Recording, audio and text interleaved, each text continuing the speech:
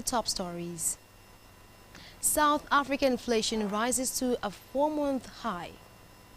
Ghana to hit single-digit inflation by end of 2025. Namibia outlines bold strategy,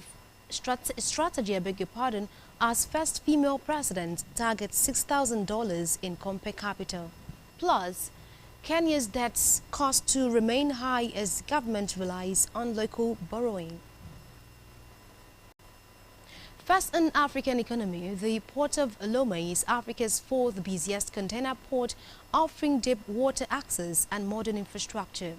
The U.S. is increasing its focus on the ports as a strategic gateway for expanding business opportunities in African market. Embassy representatives highlighted the port's potential for fostering U.S. trade, noting its advanced logistics and geographic advantages. The port of Lomé has steadily gained traction in recent years, benefiting from its tax-free logistics zone, political stability and central location along West African Atlantic coast. Beyond its standout performance in Africa, the port of Lomé has maintained its position among the world's top 100 container port for fourth consecutive year, rising to 93rd in 2024 from 94th in 2023. South African faces mounting diplomatic pressures from the U.S. after a key congressional committee advanced a bill aimed at reassessing bilateral relations and potentially imposing sanctions.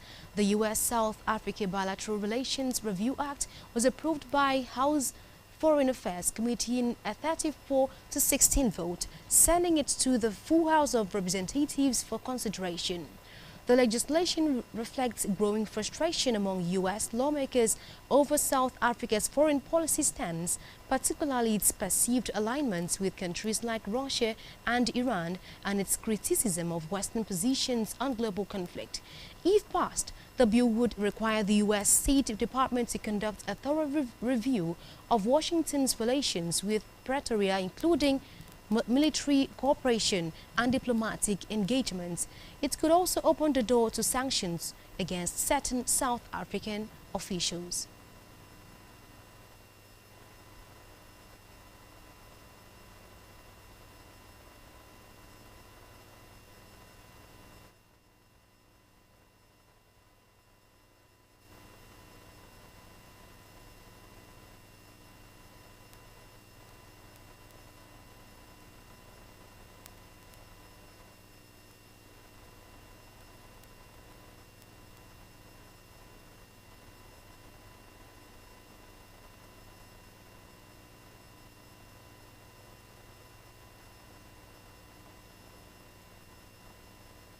Consensus among G20 ministers, culminating in a jointly issued communique.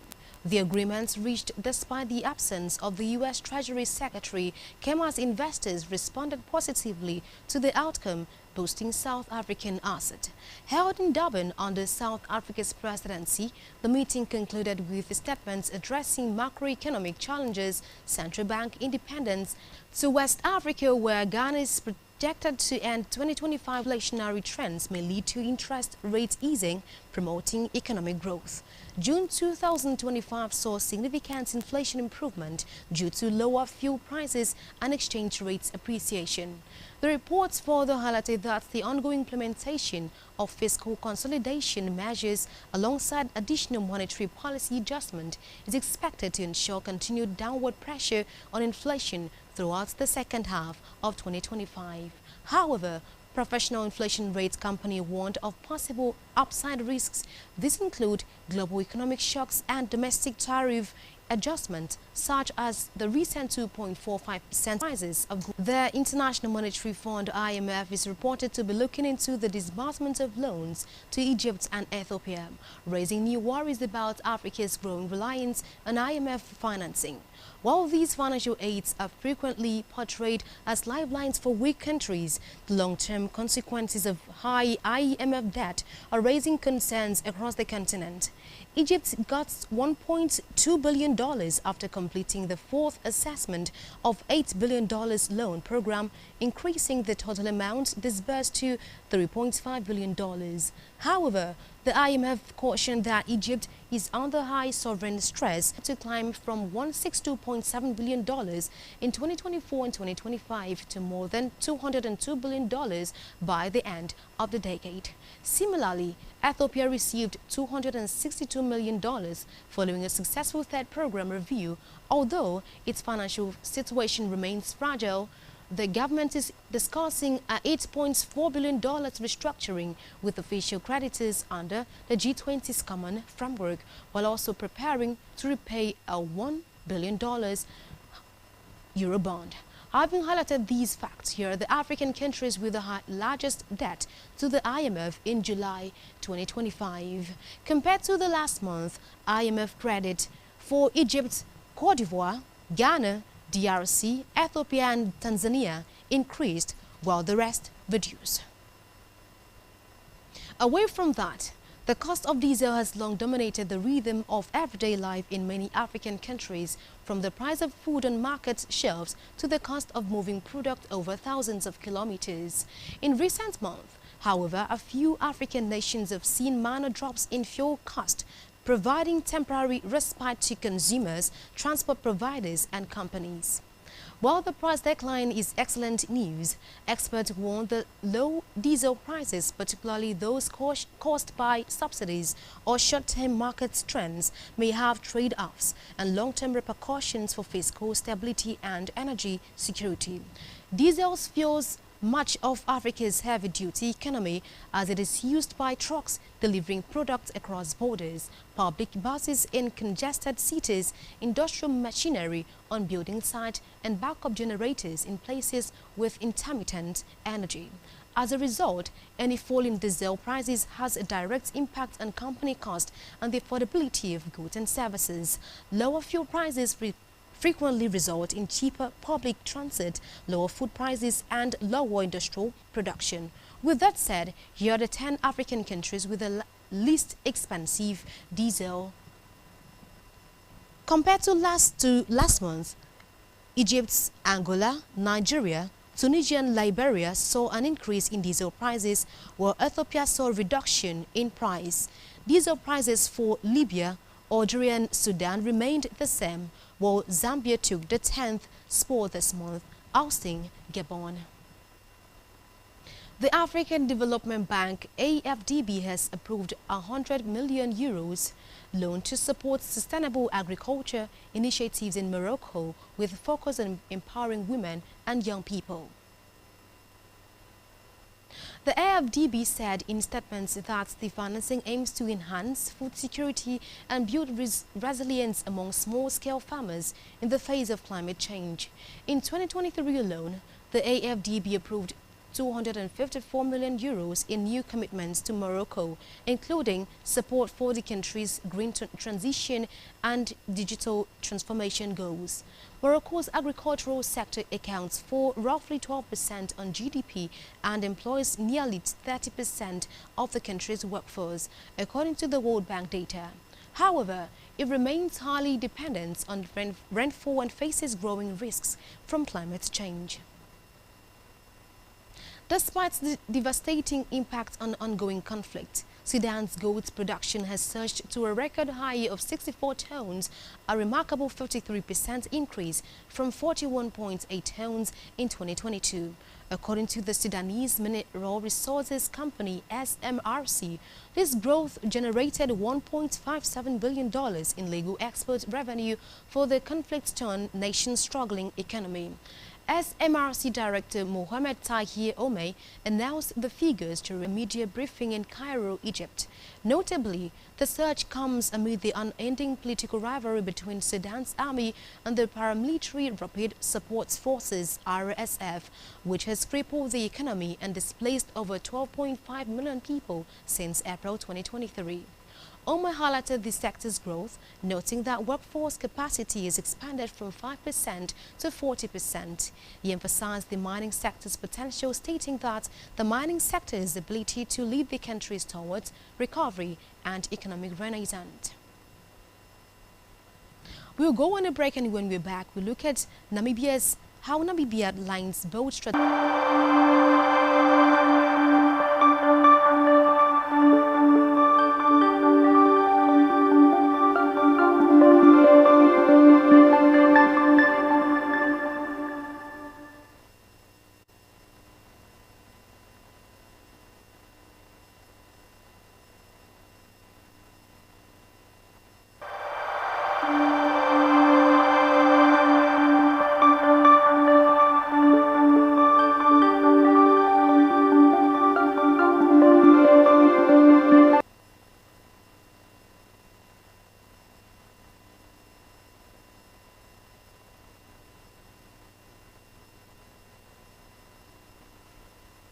And now to the rest of the stories.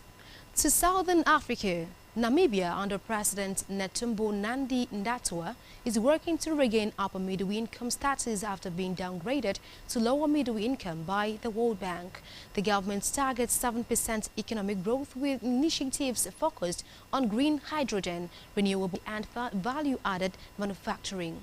Future goals and value-added manufacturing. Future goals include raising per capita income to $6,000 by 2030, generating 30,000 green jobs, and enhancing renewable energy capacity to 700 megawatts by 2028. Recently, the World Bank revised Namibia's status to a lower middle-income country following some fiscal struggles the country had endured. In response, Namibia's current administration has middle income. Mali denies bail for Barrick staff as gold mine seizure deepens crisis. In West Africa, the Malian courts denied an appeal for conditional release of 4 Barrick employees held since November 2024. Barrick disputes the claims, citing legally binding agreements affected by Mali's 2023 mining code. Operations at the Loulo Gounkoto mining complex have been suspended due to gold export bans and state control measures. The decision was made in the midst of increased tensions following the 6-month state management of Barrick's Loulo Gounkoto gold mining complex company's appeal, which discounted the allegations against the as baseless to be unfounded. The seizure is part of a larger dispute that was brought on by Mali's new 2023 mining code, which raised mining royalties and increased the state equity share. Meanwhile, Barrick opposes these measures, pointing to legally binding agreements already in place, as its operations have been halted since January 2025, when Malian authorities banned gold export and seized approximately 3 metric tons of company's gold bullion.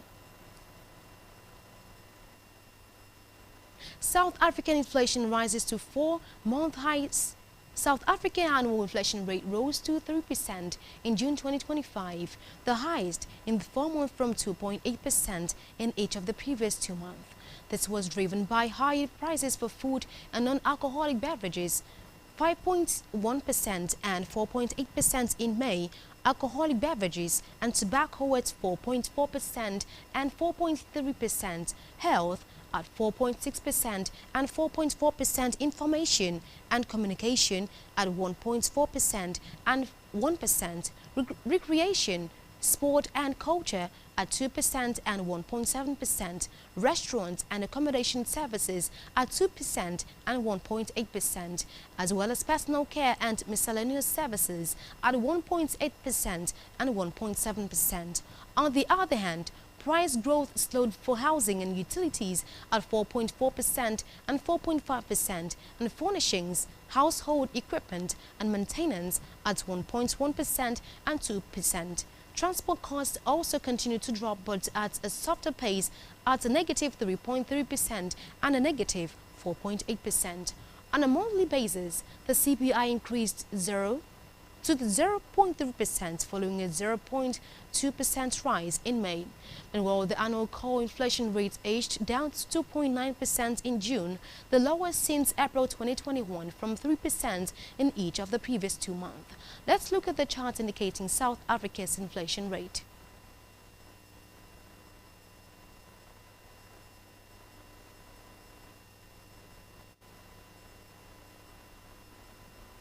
Kenya's cost of servicing its debt is expected to remain stubbornly high, according to ratings agency, as the government leans on the domestic debt market to fund its budget shortfalls. The East African nation has one of the highest debt interest cost to revenue ratio in the world and spends a third of government revenue on settling interest payment. Finance Minister John Mbadi sets the government's fiscal deficit for the financial year starting this month at 4.8% of economic output, narrower than the 2024 and 2025 deficit of 5.7% when he presented the budget to Parliament last month. But Moody's said that target could slip as the government confronts acute fiscal pressures. The ratings agency said that the government needs to secure a new financing program with the International Monetary Fund to help it deal with annual external debts prepayment that stands at $3.5 billion on average. Meanwhile, the central bank chief Kamau Thude said that the government will hold another round of talks with IMF officials in September in a bid to clinch the program.